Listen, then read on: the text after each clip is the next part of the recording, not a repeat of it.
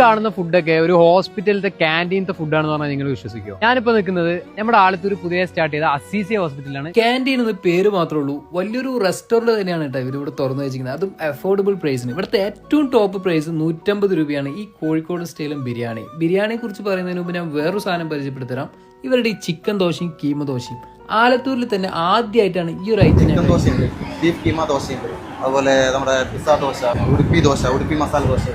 രാവിലെ 6 മണിക്ക് തന്നെ ഇവിടെ ബ്രേക്ക്ഫാസ്റ്റ് റെഡിയാവും. ഇനി ഉച്ചയാകുമ്പോൾ നല്ല ഫിഷ് കറി മീൽസും ചിക്കൻ ബിരിയാണിയും, വൈകുന്നേരങ്ങളിൽ ഇവിടെ സ്പെഷ്യൽ ദോശകളും ചൈനീസ് ഐറ്റംസും സാൻഡ്വിച്ചും, ഓൾമോസ്റ്റ് എല്ലാത്തിൻ്റെയും റേറ്റ് 100 രൂപയിൽ താഴെ വരുന്നുള്ളൂ. ചൈനീസിൽ നമുക്കിപ്പോൾ ചില്ലി ചിക്കൻ ഉണ്ട്, ഡ്രാഗൺ ചിക്കൻ ഉണ്ട്, ഷിഷ്വാൻ ചിക്കൻ ഉണ്ട്, പെപ്പർ ചിക്കൻ. ഇത്ര ഐറ്റംസ് കഴിച്ചാൽ ഈ കീമ ദോശയും ചിക്കൻ ദോശയും ബിരിയാണിയും ഈ 2 ഐറ്റം സമൂസകളും ഒരു മസ്റ്റ് ട്രൈ ഐറ്റം തന്നെയാണ്.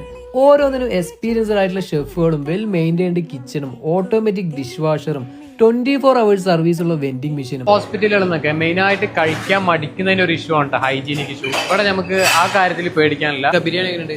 അടിപൊളിയാണ്. ഒരു കോഴിക്കോട് സ്റ്റൈലില്.